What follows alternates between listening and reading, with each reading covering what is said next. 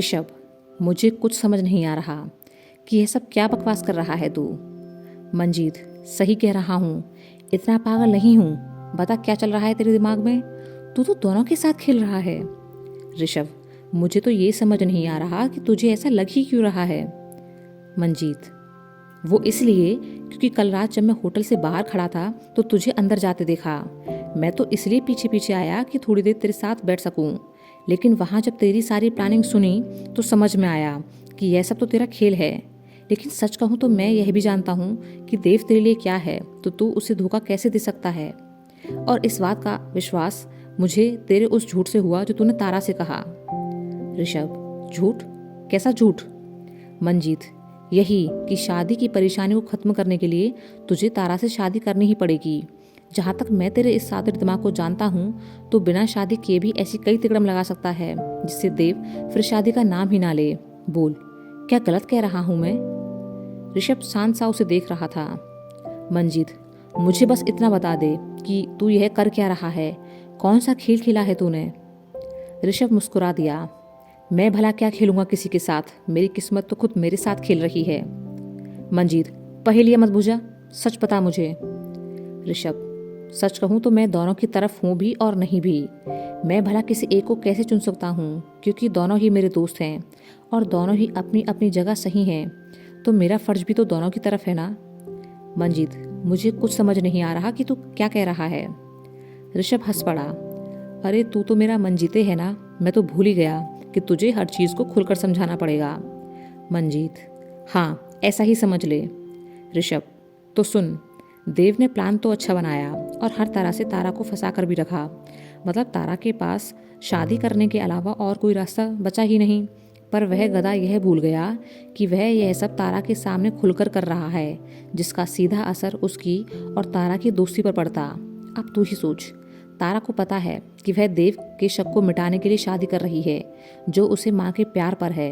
हाँ, वह शादी तो कर लेती, पर देव के लिए उसके मन में जो नाराजगी होती, क्या वो कभी मिट पाती? नहीं ना, क्योंकि देव की वजह से ही वह कबीर और उसके घर से दूर हो रही थी, जो मैं भला कैसे होने दे सकता था। देख भाई, दोस्ती का एक उसूल यह भी है कि जब दो दोस्त अपनी बात पर अड़ जाएं, तो दोनों को ही थोड़ा थोड़ा झुक जाना चाहिए, तभी दोस्ती चल सकती है।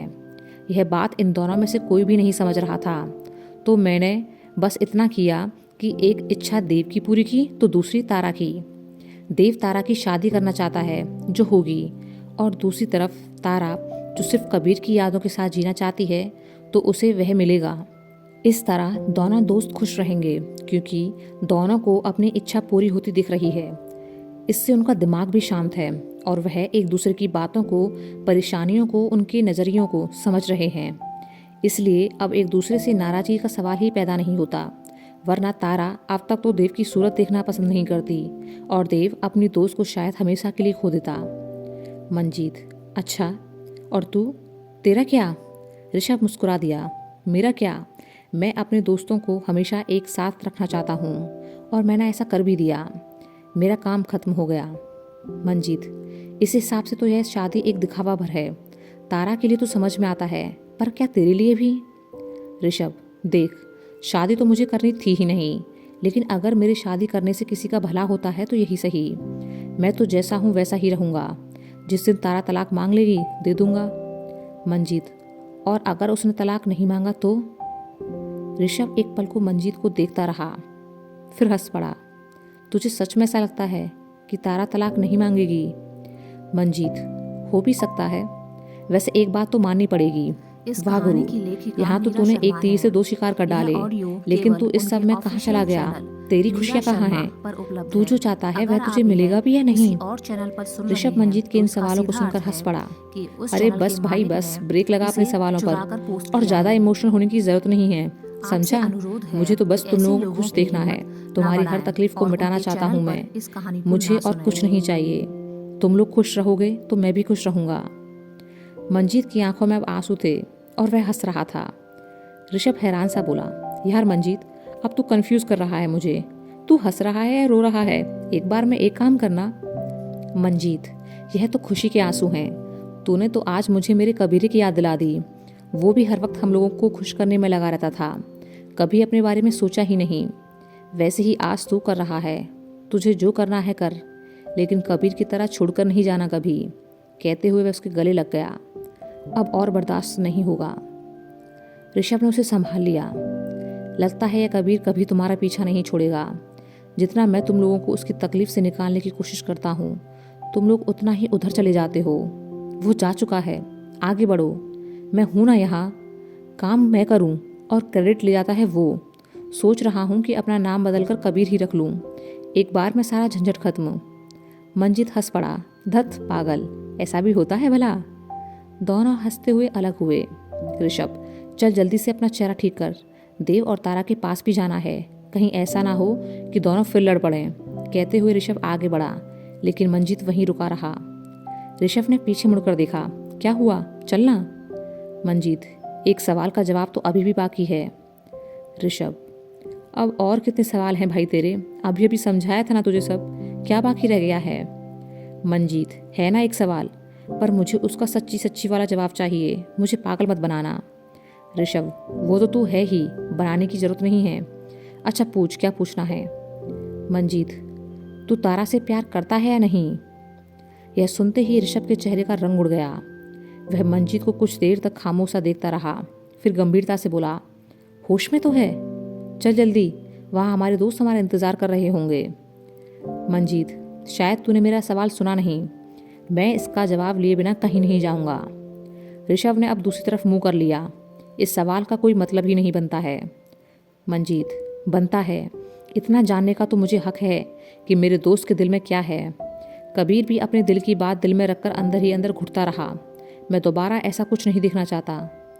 ऋषभ, सच कहूँ तो मैं खुद इस सवाल का जवाब जानना नहीं चाहता, क्योंकि शायद इसके जवाब से तारा के लिए मुसीबतें और बढ़ जाएं, साथ ही मेरे लिए भी।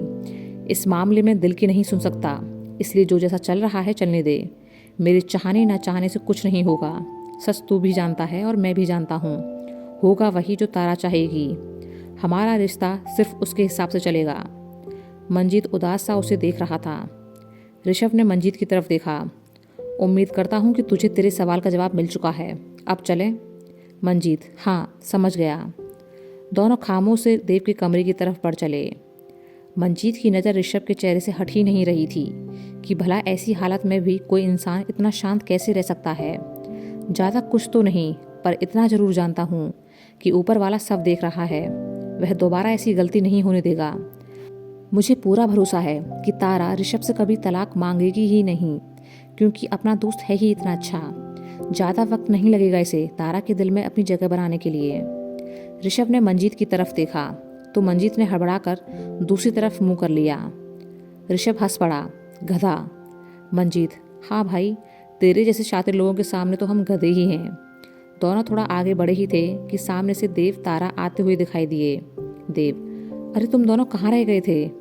मंजीत, वो हम दोनों। मंजीत कुछ कह पाता कि ऋषभ ने उसकी बात काट दी। ऋषभ, कुछ नहीं, बस यहीं बाहर थे। कहते हुए उसने इशारे से मंजीत को कुछ भी कहने से मना कर दिया। मंजीत ने हाँ में सिर हिला दिया। वैसे तुम लोग कहाँ जा रहे हो? देव, लेट हो गया है, तारा को छोड़ने जा रहा था। तुम लोग आराम करो, मैं आता हूँ थोड़ी देर में। ऋषभ, ठीक है। मंजीत एक पल सोच में पड़ गया, फिर मुस्कुराते हुए बोला, अरे देव, मैं तो भूल ही गया कि मुझे तुझसे कुछ बहुत ज़रूरी काम है। तुम मेरे साथ चल, बताता हूँ। और तारा को तो ऋषभ छोड़ाएगा। वैसे भी भाई, हमारी जिम्मेदारी तो खत्म हो गई तारा के लिए। अब तारा जाने या उसका ऋषभ जाने। तारा और ऋषभ गुस्से से मंजीत को देखने लगे। देव को अब समझ आया कि मंजीत क्या कहना चाहता है। अरे हाँ, मैं तो सच में ही भूल गया था। अच्छा याद दिलाया तूने। ऋषभ, तू तारा के साथ चला जा, मुझे भी थोड़ा काम है। ऋषभ, मंजीत, मुझे तो कुछ बताया नहीं तूने इस बारे में। तारा, रहने दो, मैं खुद चली जाऊंगी, तुम लोग क्यों परेशान हो रहे हो? मंजीत, अरे ऐसे कैसे चली जाओगी? और तू भी कौन सा सारी बातें बताता है हमें ऋषभ? देव, भाई प्लीज़ थोड़ा मदद कर देना। ऋषभ, ठीक है, जा रहा हूँ, चलो तारा। दोनों अब आगे बढ़ चले। ऋषभ ने तारा से नज़रें बचाकर पीछे मुड़कर दोनों दोस्तों की तरफ देखा तो दोनों वहीं खड़े खड़े उसे देख हंस रहे थे। ऋषभ मन ही मन सोचने लगा, ले लो मजे, मेरा भी मौका आएगा, तब देखूंगा तुम्हें। उन दोनों के जाने के बाद देव मंजीत से बोला, क्या बात है मंजीत, लगता है तू आजकल बादाम ज़्यादा खाने लगा है, बड़ा तेज़ दिमाग चल रहा है तेरा। मंजीत, अजीब, बादामों में इतनी ताकत कहाँ है? यह सब तो आपकी और ऋषभ की छत्रछाया का कमाल है। दोनों हंसते हुए वहां से चले गए। गाड़ी में तारा और ऋषभ दोनों खामोश बैठे थे। तारा को मौली की याद आई तो उसने उससे बात की और अपने गुस्से के लिए माफ़ी मांगी। थोड़ी देर बाद उसने फ़ोन रख दिया और ऋषभ की ओर देखा। क्या हुआ, तुम इतने शांत क्यों हो? ऋषभ मुस्कुरा दिया। मशीन थोड़े हूँ, इंसान हूँ, थक गया हूँ और कुछ नहीं। तारा, थैंक यू मेरी मदद के लिए। अब सब कुछ ठीक लग रहा है। अगर अपने दोस्त के लिए शादी का नाटक करना पड़ेगा तो मैं यह भी करूँगी, पर तुम हमारे प्लान के बारे में किसी और को मत बताना। ऋषभ, जानता हूँ, तुम बेफिक्र रहो, कोई गड़बड़ नहीं होगी। तारा, वैसे क्या खूब दिमाग चलाया है तुमने, सांप भी मर जाएगा और लाठी भी नहीं टूटेगी। ऋषभ, तुम खुश हो ना? तारा मुस्कुराकर, बहुत खुश। अच्छा तुम घर कब आओगे? सिर्फ 12 दिन बचे हैं शादी को। कितना सारा काम है, मैं अकेले सारा काम नहीं करने वाली, पहले ही बता रही हूँ। ऋषभ, बस 1-2 दिन और फिर हम वहाँ आ जाएंगे। वैसे भी रोहन मेरे साथ रेगुलर कांटेक्ट में है, उससे बात हो जाती है मेरी। काफ़ी सारी तैयारियां तो पहले ही करके आ चुका था मैं, तुम तो बस शादी एंजॉय करना। तारा अब शांत हो गई। थोड़ी देर में ही दोनों होटल पहुंच चुके थे। ऋषभ कमरे तक तारा को छोड़ने आया। वह वापस लौटने को हुआ कि तारा ने पीछे से पुकारा, ऋषभ। ऋषभ ने मुड़कर देखा। हाँ कहो। तारा, मैं तुम पर शक नहीं कर रही हूँ, लेकिन मुझे डर है, तो बस इसलिए पूछ रही हूँ। तुम मुझे पक्का तलाक दे दोगे ना? ऋषभ कुछ देर तक तारा को खड़ा देखता रहा, फिर मुस्कुरा दिया। 1 मिनट रुको, अभी आया, कहते हुए वह बाहर चला गया। थोड़ी देर बाद जब वह वापस आया तो उसके हाथ में कुछ पेपर्स थे। तारा, ये क्या है? कहानी की लेखिका ऋषभ, तुम्हारी डर का इलाज। ये तलाक के पेपर्स हैं जो मैंने कल ही तैयार करवा लिए थे, पर मिले आज हैं। इनमें मैंने अपने साइन पहले ही कर दिए हैं। इन्हें अपने पास संभाल कर रखो। शादी के बाद जब भी तुम्हारा मन करे तब साइन कर देना और सारा झंझट खत्म। तारा हैरान सी ऋषभ को देखती रह गई। उसने अब सारे पेपर्स चेक किए तो सब कुछ सही था। तारा, वह सब तो ठीक है, लेकिन इन पेपर्स की इतनी जल्दी जरूरत क्या थी? ऋषभ, तुम्हें जरूरत थी ताकि तुम्हारा डर खत्म हो। क्या पता कल को मेरे दिल में बेईमानी पैदा हो जाए और मैं तुम्हें खुद से अलग करने से मना कर दूं तो?